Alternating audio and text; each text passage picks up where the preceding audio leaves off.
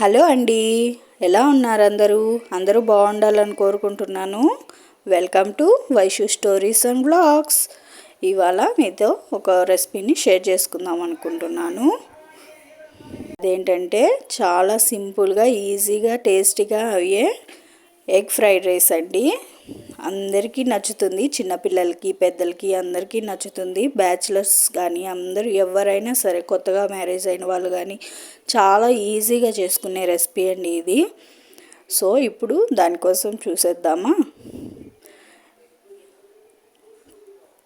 ఒకటి పెద్దది ఆనియన్ తీసుకుందామండి. నెక్స్ట్ వచ్చి గార్లిక్ చిన్న చిన్న పీసెస్గా ఒక 5 to 6 గార్లిక్ పీస్ తీసుకొని చిన్న చిన్న పీసెస్గా కట్ చేసి పెట్టుకోవాలి. మొత్తానికి టేస్ట్ అంటే అదేనండి.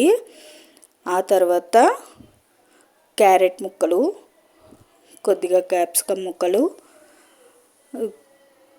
కొత్తిమీర, పుదీనా, ఒక 2 ఎగ్స్ అన్నీ రెడీ చేసుకొని ఇప్పుడు స్టవ్ మీద ఒక పెనం పెట్టుకొని అందులో ఒక 2 టేబుల్ స్పూన్స్ ఆయిల్ వేసుకోవాలి. ఆయిల్ కొంచెం వేగాక ముందుగా గార్లిక్ పీసెస్ వేసుకోవాలండి.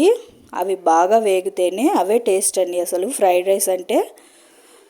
తర్వాత అది బ్రౌన్ కలర్లోకి వచ్చిన తర్వాత ఆనియన్స్ వేసుకోవాలి. ఆనియన్స్ వేసుకొని కొంచెం వేగనివ్వాలి. మరీ ఎక్కువగా వేగిపోకూడదండి. ఆనియన్స్ కొంచెం వేగనిచ్చాలి.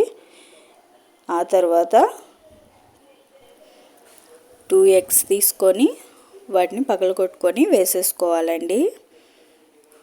కొందరు ఫస్టే ఎగ్ అనేది ఫ్రై చేసుకొని పక్కన పెట్టుకుంటారు, కానీ ఆనియన్స్తో పాటు వేసుకుంటే చాలా టేస్టీగా ఉంటుందండి.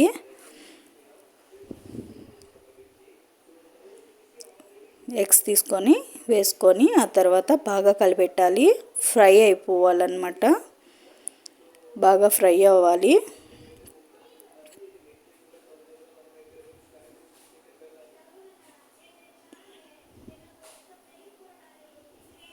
చూసారు కదా, ఇలా ఫ్రై అవ్వాలి. ఇప్పుడు ఇందులోకి మనం కట్ చేసి పెట్టుకున్నాం కదండి క్యారెట్ ముక్కలు, క్యాప్సికమ్ ముక్కలు, కరివేపాకు ఇవి వేసుకోవాలి. ఇవి వేసుకొని కాసేపు మళ్ళీ ఫ్రై చేసుకోవాలి. కొంచెం క్యారెట్ ముక్కలు, క్యాప్సికమ్ ఇవి కొంచెం మగ్గాలి. మరీ పచ్చి పచ్చిగా ఉండకూడదు కదండి, కొంచెం టేస్ట్ తగులుతుంది. అలాని పూర్తిగా మగ్గించకూడదు. మీడియం ఫ్లేమ్లోనే కొంచెం ఈ వెజిటేబుల్స్ వేసుకుంటే బాగుంటాయి. క్యాబేజ్ ఇవి కూడా వేసుకోవచ్చు, కానీ నేను క్యాబేజ్ అవి వాడనండి. పిల్లలు కూడా తినరు, వెజిటేబుల్స్ కూడా ఎక్కువ తినరు. ఇంకా గ్రీన్ పీస్ అట్లాంటివి కూడా వేసుకోవచ్చు, కానీ అవన్నీ మా పిల్లలు పెద్దగా ఇష్టపడరు. అందుకే లైట్గా వేసాను వెజిటేబుల్స్ కూడా. చూసారు కదా, ఇలా ఫ్రై అవ్వాలి. మొత్తం మీడియం ఫ్లేమ్లోనే చేసుకోవాలండి. ఫ్రై అయిన తర్వాత ఇందులోకి 1 స్పూన్ ధనియాల పొడి వేసుకోవాలి అండ్ 1 స్పూన్ గరం మసాలా వేసుకోవాలి. ఒక 1/2 స్పూన్ మిరియాల పొడి వేసుకోవాలి.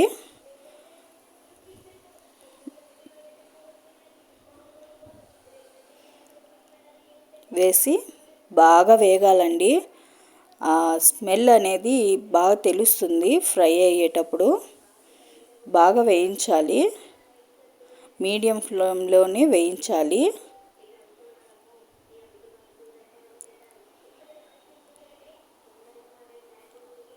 చూసారు కదా, ఫ్రై అవుతూ ఉన్నాయి.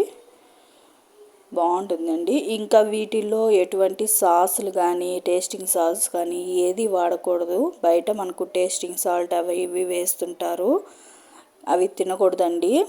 టేస్టింగ్ సాల్ట్ అసలు వాడకూడదు, పిల్లలకు కూడా అసలు పెట్టకూడదు. ఇట్లాగా మనం హెల్తీగా ఇంట్లోనే చేసుకొని పిల్లలకి పెట్టొచ్చు. చాలా హెల్త్కి కూడా మంచిది కదండి. ఎగ్స్ అనేటివి ప్రోటీన్ కదా, వెజిటేబుల్స్ కూడా వేస్తాం కాబట్టి మంచి హెల్త్ ఉంటుంది. ఇందులోకి కొంచెం వేగిన తర్వాత అవి కొంచెం సాల్ట్ వేసుకొని 1 స్పూన్ కారపొడి వేసుకున్నాము. అంతేనండి. ఇంకా ఉడకబెట్టుకున్న రైస్ ఉన్నది కదా, కొంచెం చల్లారబెట్టుకొని పొడి పొడిగా అయిన తర్వాత వేసుకోవాలి. వేడి మీద అసలు రైస్ వేయకూడదు, లేదంటే బాగా మెత్తబడిపోతుంది. మళ్ళీ కలిపెట్టాలి కదండి మొత్తం.